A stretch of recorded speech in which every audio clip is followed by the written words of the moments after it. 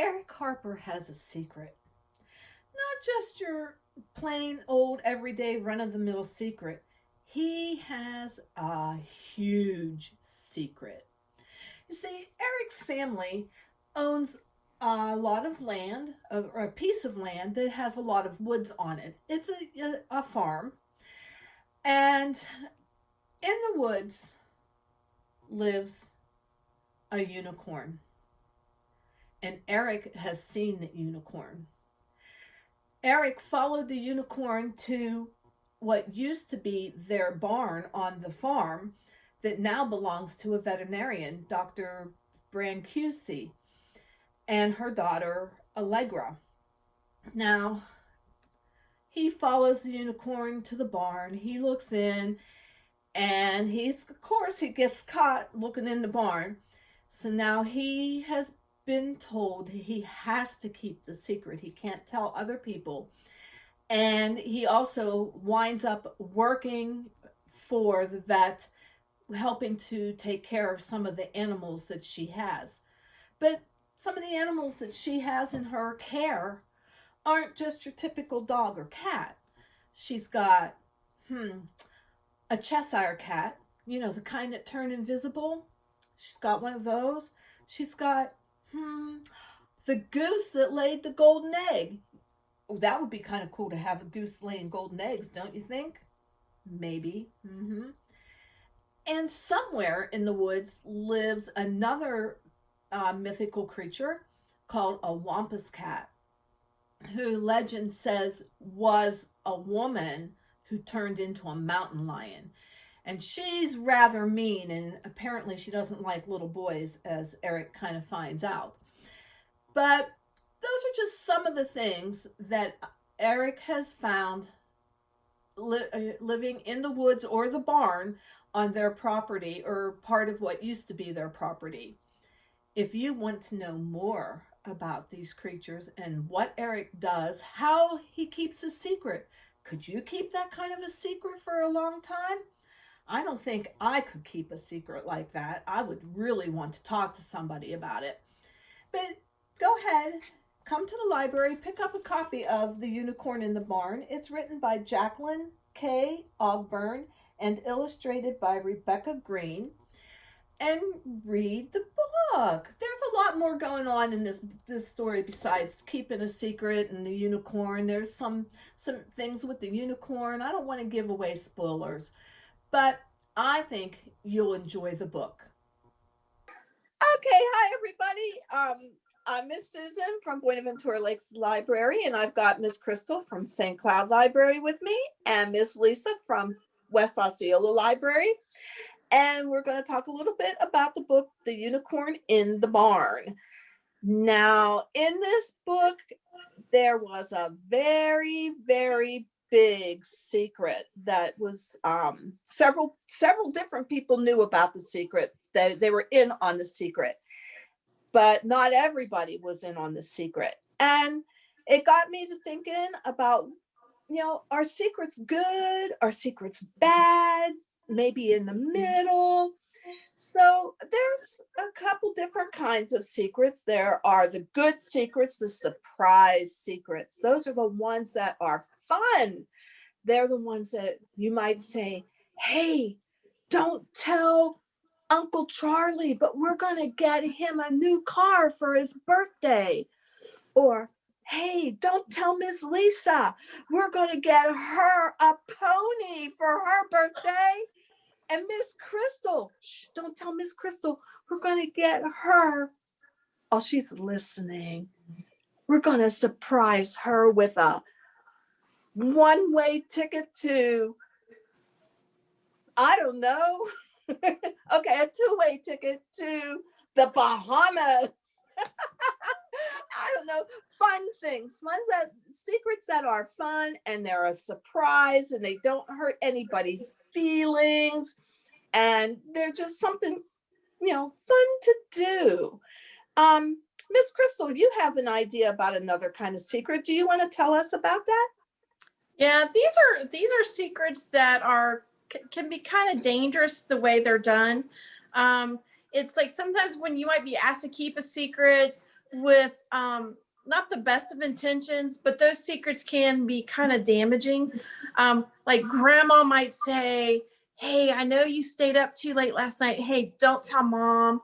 Or you might have a friend say that I'll let you have one of these cookies, but you definitely can't tell your dad about it.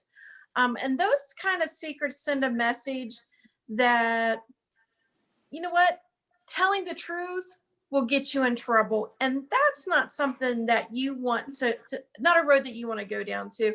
And those are kind of secrets that they're not really secrets. It's just kind of like, to me, you're just not telling people something. So what about you, Miss Lisa? I know you've got a cool kind of very important one. Yeah. I do. Some secrets are called dangerous secrets, and it's unsafe to keep these secrets. There are people in the world that don't have such good intentions, and they're called predators. And they might ask you to do something that you're not comfortable with. They might even threaten you to keep you silent.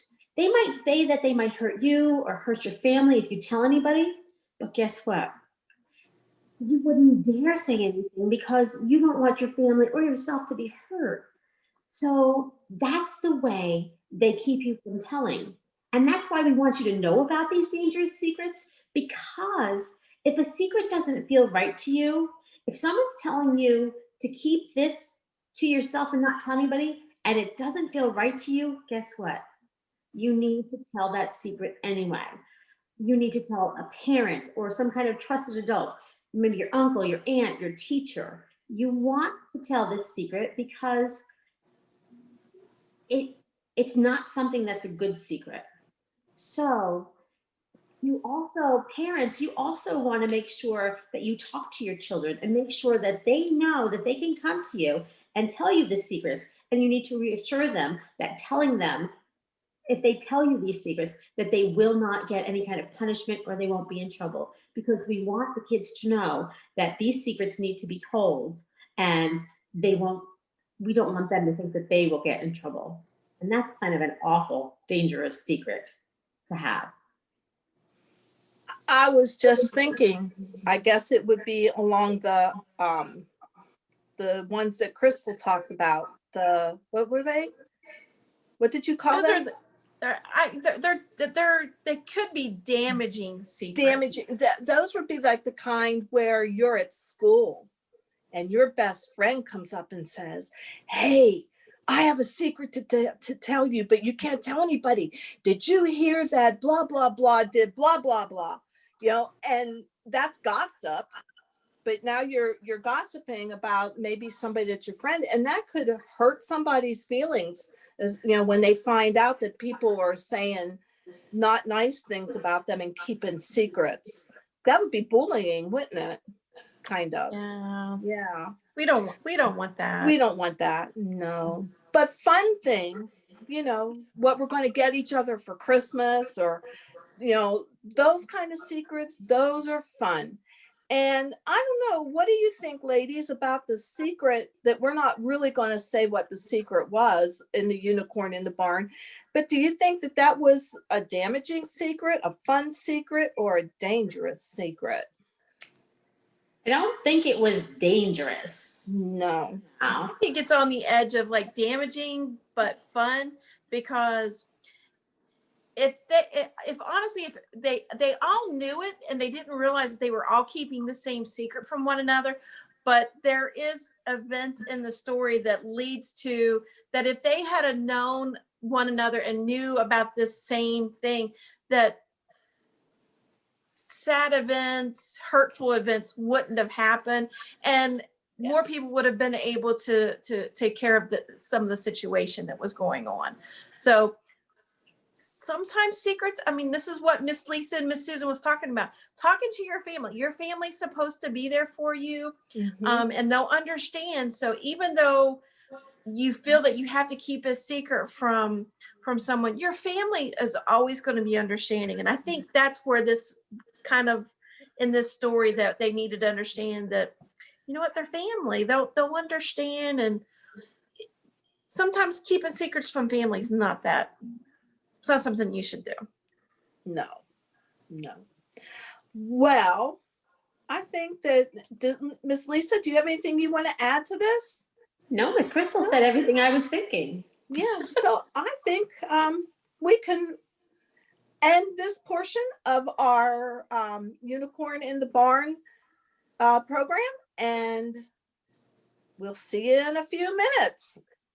This is Miss Crystal at the St. Cloud Osceola Library System, and we are going to visit with Narcoossee Animal Hospital today to talk about their veterinary clinic, as well as speak with the veterinarian there who will talk to us a little bit and feature our book, The Unicorns in the Barn. Now, Narcoossee Animal Hospital is here in St. Cloud, if any of you have ever been over this way. And they also have an awesome area where they take care of your pets and other various animals that could come in. As you can see, it looks just like your regular doctor's office, but instead of taking care of people, they take care of animals. And look, there's people there, there's animals and things.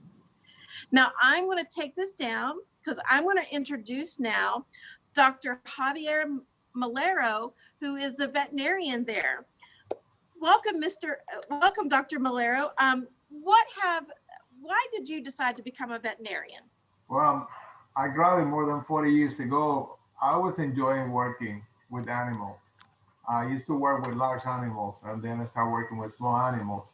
And I will always look into, the benefit for them, for us, as a healthy, that be healthy, and then there are diseases that they can transmit to humans, so we avoid that. So I really enjoy working with them. So that's the reason I became a vet, been working for 40 years, and I enjoy this, still enjoying this. You have been doing it a very long time, so that's wonderful.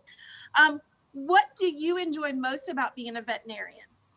Well, when you work with pets, they cannot talk. So you have to figure out what's wrong with them. The clients are the voice for the pets. They tell you what they see, what everything is going on. But I try to help somebody who cannot voice themselves and say, hey, this is wrong with me. It's really something great for me when we get the good ending and everything. So not only are you a doctor, you're kind of like a detective, because you have to figure out what is exactly wrong with the animals too. Yes, but it's usually the client is the voice. If the client doesn't talk, it's very difficult to figure out. But they tell you, they help you.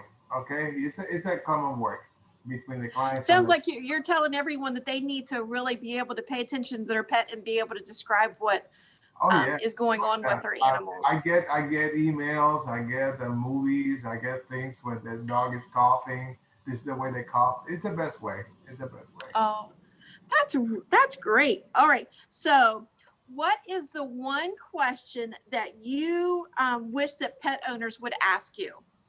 Okay. I would like, people look at me and I work in a small animal. I used to work large animals, but there is other things in our profession that they are doing. A lot of doctors, they work with healthcare. I have friends in the public health department. I have friends that work with exotic animals. So you see in the military, their research, there is a lot of things that we do besides just working in small animals or large animals. And people, sometimes they are not aware of that, all the things that we do for them. That's great.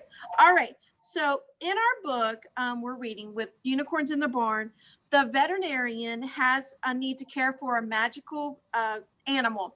There's unicorns, there's the Cheshire Cat, there's all kinds of these magical creatures that we would never even think that would be in the real world. So if you had the opportunity, and what kind of magical creature would you feel that you would like to meet or take most care of? Interesting. I would like to meet a dragon. Okay. They can you and fly. I have the same feelings. They can fly, they can breathe, fire. It would be interesting. They lay eggs to reproduce, according to the books. But really, nobody has seen one, okay? But I would be thrilled if that really happened, Wouldn't that be amazing to actually see a dragon flying here in Florida? So So I love how you think, and I think you've really you're going to connect with a lot of our kids, because I think they're going to feel the same way with that type of creature and everything. So I would like to thank you, Dr. Malera, for all you do to keep our animals here in St. Cloud and Osceola County happy and healthy, and for sharing the information with our Sunshine Readers Book Club participants today. And if anyone has any questions, please feel free to reach out to the Narcoossee Animal Hospital. They take wonderful care of our animals, and we hope that you enjoy our clip today. thank you. You had a good day too. Okay. You too. Bye. Hi everybody! Today I'm going to show you how to make a unicorn cat origami bookmark. And it should look something just like that. Okay, you're going to need some paper cut into 5.5 inch by 5.5 inch squares. All right, a marker or some crayons, some glue, and a pair of scissors. Now the first thing I'm going to do is I'm going to take my paper and I'm going to fold it in half. Take the corners of one side, bring them to the corners of the other side, and crease. Now in origami, one of the really important things are those creases, so make sure you crease it good. I'm going to open it up, and I'm going to turn it, and I'm going to fold it again in half, so I have a long rectangle, just like that. All right, so now you can see I have 4 squares. I'm going to open it up again. Now I'm going to fold it in half, but into a triangle. All right, make those creases nice and sharp. I'm going to open it up, I'm going to turn it, and I'm going to fold it in half the other way, again, so I have another triangle. And when you open it up, you will see 8 little triangles. And I'm going to take this, and I am going to put it face down so that it looks like a diamond. I'm going to take this right corner and this left corner, and I'm sort of going to bring them in and down at the same time. So I'm going to bring it in and down like that. All right. And I'm going to bring the same thing to the other side, in and down. And this is where I say it's really important to have those creases, because that will help you when you go to fold. You'll see this part sticking up. I'm going to take this, bring that point down to the point down there, and I'm going to crease it. And this is what it will look like. It will look like a square with the bottom open. All right, now you want to turn it 180 degrees so the open part is up at the top. You're going to take this point of the top of the square, just that first top piece, and you're going to fold it down so that the point matches the point on the bottom.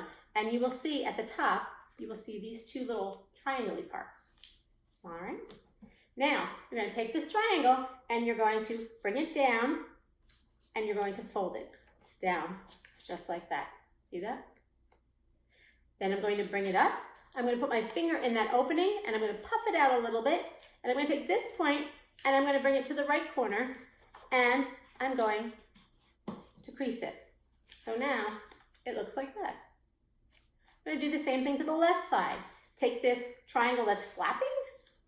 I am going to fold it down, make a nice crease, bring it back up, put my finger in the middle, puff it out a little bit, take that point and bring it down to the side, and I am going to crease it.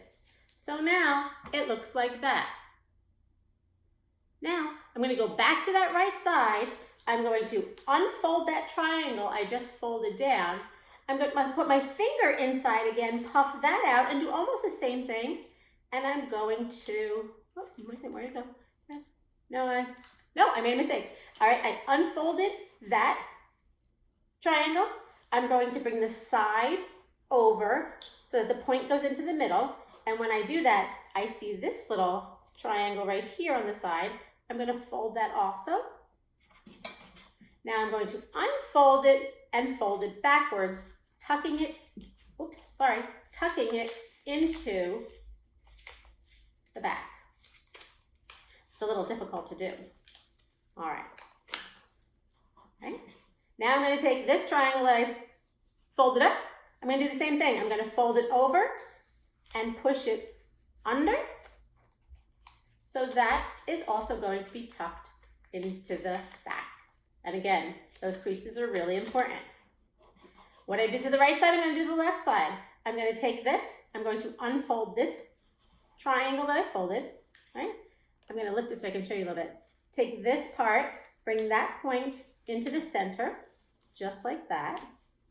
I'm going to crease it. And you'll see this little triangle. Fold the triangle over into the center. And I'm going to take that triangle, fold it backwards, and tuck it in. Now you're supposed to keep your origami oriented in the correct direction, makes it easier, but sometimes I think it's easier to turn it just a little bit. Now I'm going to take this same triangle that I just flipped over, I'm going to flip it backwards, and I'm going to tuck that in again along the crease. And I'm going to flatten it down. So now this is what you have so far. All right, now I am going to fold this bottom triangle up, that one piece, like that, fold it up, and that also is going to fold backwards and tuck in. I think the tucking in part is the hardest part of this origami. So now it's going to look like that. You took that and tucked it under. All right. Now I'm going to turn it over, and I'm going to bring this top part all the way down, fold it down to the bottom, right? Now I'm going to bring that up, and I'm going to also tuck that in, fold it over and tuck that in as well. All right. This is where you'll need your scissors. Do you see this part and this part on the side? You're going to cut it off. But when you cut it off, you want to make sure you don't cut anything like the crease over here or the crease over here. All right, so you're going to cut it off. Oh, I think I just cut my crease. All right, so it looks like that. Now I'm going to turn it over so that's face down. I am going to take this part that's up like that rectangle part, I'm going to fold it down in half. So it looks like that. And guess what? I'm going to take it and I'm going to tuck it in. All right, so now it looks like that. So now we have our origami cat. What I'm going to do now is I'm going to take my marker. I am going to make some eyes on my cat. You could use wiggly eyes if you wanted to. You could use different colors. I'm going to give my little eyes some eyelashes. Now in my ears, I'm going to take a little triangle and put it inside my cat's ears. I could color that if I wanted to. I'm going to make a little nose. And when I make my nose, I'm going to make it into a little heart shape, just like that. And then to make my cat's mouth, I'm going to bring down from that nose and make almost a J and a backwards J. And there I have my cat. But in order to turn it into my unicorn cat, I'm going to take one of my pieces of scraps, I'm going to cut it into a triangle, and I am going to take my marker, and I am going to make little lines like that. I'm going to take my glue. I am going to glue just the very base of my unicorn horn, and I'm going to take it and I'm going to tuck it behind my cat's head, right in between the eyes. Right in between the ears, not the eyes. And now I have an origami cat unicorn bookmark. And in order to save my place when I'm reading, I take my book, I open it up. Do you see right here under the cat's mouth? I am going to put it on my page on a corner like that. And there you have it, my origami cat bookmark. He's a unicorn too. How awesome is that? So thank you for joining us today. I hope you enjoyed our little talks about the unicorn in the barn. And I just wanted to say, if you've read this book and you want to read more books that are similar to it or about other magical creatures, we've got several in the library. I have a few here today. I have Pip Bartlett's Guide to Unicorn Training. And this is the Menagerie, Krakens and Lies. This is part of a series. Pip Bartlett's Guide to Magical Creatures. There's Fable Haven, and two more that I brought with me. A Magical Animal Adoption Agency, and A Dragon's Guide to the Care and Feeding of Humans. I wonder what that one's about. Sounds like it might be a little bit different. Care and Feeding of Humans by a Dragon. But anyway, those are just some books that you could come to the library and check out. And hope that you join us not next week, in 2 weeks on April 15th for our discussion of the book Voyage of the Dogs. We will see you then.